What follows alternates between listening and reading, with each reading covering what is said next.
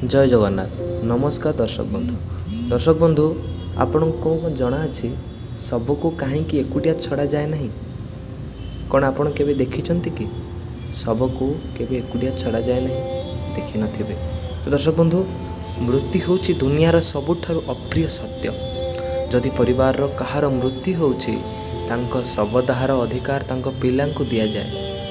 कहा जाए एपरी हेले मृतकंक आत्मा को शांति मिली थाए। किंतु जदि तांको पिला माने शवदाह करने पाखरे नहांती तेबे मृत शरीर को सेमानंको अपेक्षा करी घरे रखा जाए। यह व्यतीत जदि कई सूर्यास्त पर मृत्युवरण करती तथापि तांको मृत शरीर परदिन पर्यंत रखा जाए, कारण गरुड़ पुराण अनुसार सूर्यास्त पर श्मशान को बारण थाए। यही कारण मृतकों आत्मा अधोगति प्राप्त होता है और से असुर दानव किंबा पिशाच जोनि रे जन्म नहीं थाए।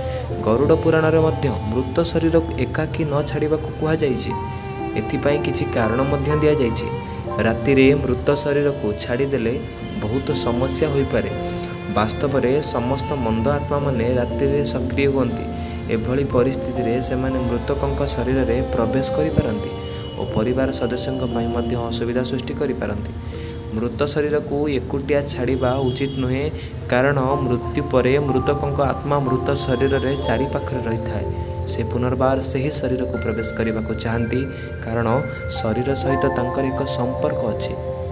एभली परिस्थिति रे जेतेबेले से निज लोकों को मृत देह को एकाकी छाड़ीबार देखती सेतेबेले से दुख अनुभव करती। जदि मृत शरीर को एकुटिया छाड़ी दि जाए तेबे लाल पिंपुड़ी किंबा अन्य कीटपतंग आसिबार भय मध्य रही थाए।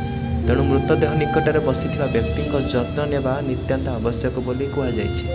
तंत्र मंत्र कार्य मध्य राति करा जाए। एपरी परिस्थिति रे मृत शरीर को एकाकी छाड़ीदेले मृत आत्मा को असुविधार पकाई पारे।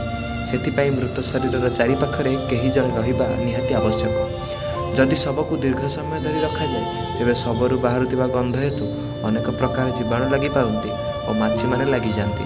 तेणु मृत शरीर चारि पाखरे बसी धूप काठी जलांतु।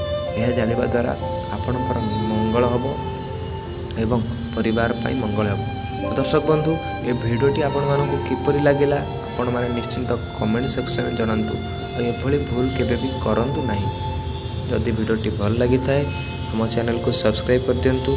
एभली नुआ नुआ भिडियो देखिया पई आमे आपनकु चेष्टा करिबु आपनक पाखरे एमती भिडियो पहुंचीबा पई।